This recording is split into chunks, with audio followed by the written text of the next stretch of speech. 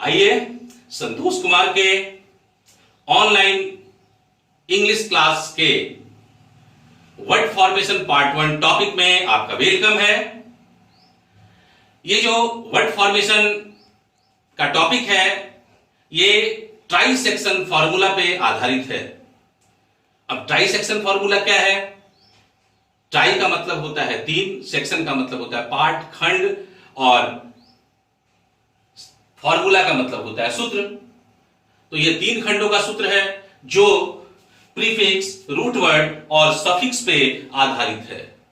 तो अब प्रश्न ये आएगा कि प्रीफिक्स क्या है, रूट वर्ड क्या है और सफिक्स क्या है। हिंदी में आप प्रत्यय और उपसर्ग तो पढ़े ही होंगे। तो उपसर्ग क्या है? उपसर्ग वह शब्दांश है जो किसी शब्द के पहले लगकर उसके अर्थ को बदल देता है। तो जो हिंदी में उपसर्ग है उसी को इंग्लिश ग्रामर में प्रीफिक्स कहा जाता है। Prefix comes at the beginning of the root word and changes its original meaning। ठीक उसी तरीके से उसके विपरीत सफिक्स है जिसको हिंदी के व्याकरण में हम प्रत्यय कहते हैं। और प्रत्यय वह शब्दांश है, शब्द का अंश है जो किसी शब्द के बाद में लगकर, किसी शब्द के पीछे लगकर उसके अर्थ को बदल देता है। उसी प्रत्यय को इंग्लिश ग्रामर में सफिक्स कहा जाता है।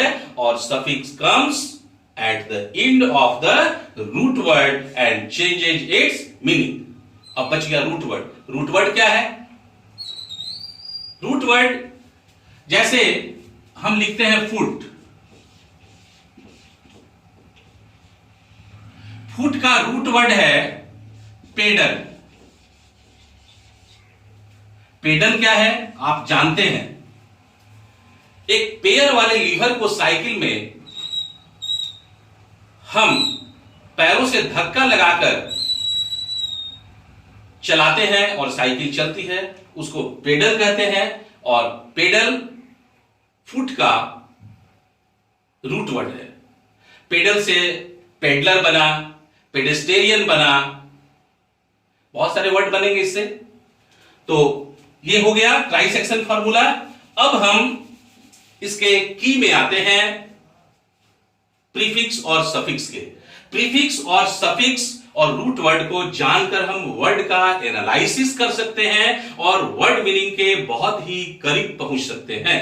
किसी वर्ड का मीनिंग क्या होगा ये हम आसानी से जान सकते हैं। तो इसके लिए आइए हम देखते हैं की नंबर 1। ये प्रीफिक्स एन एक प्रीफिक्स है। यहां पे छोटा सा डैश है, हाइफन, ये इसलिए लगाया गया है, ये प्रीफिक्स को बता रहा है। मतलब ये जो प्रीफिक्स है इसके बाद कोई यहां पे वर्ड आएगा। N, N. एन जब भी किसी वर्ड के साथ लगेगा प्रीफिक्स के तौर पे तो वो उसका नाउन बनाएगा या फिर उसका वर्ब बनाएगा या फिर एडजेक्टिव बनाएगा। अब ये जो एन है, एन का मीनिंग होता है नॉट। जब वो प्रीफिक्स के तौर पे लगता है तो एन का मीनिंग होता है नॉट या एब्सेंस ऑफ। एग्जाम्पल देख लीजिए, बिल्कुल क्लियर हो जाएगा। एनोपिया,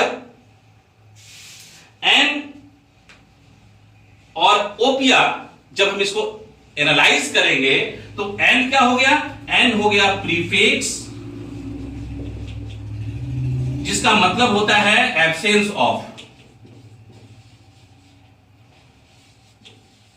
और ओपिया हो गया रूट वर्ड जिससे बना है I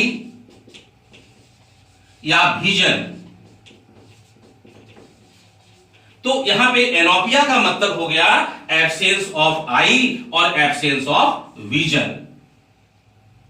clear to you? I hope it is clear.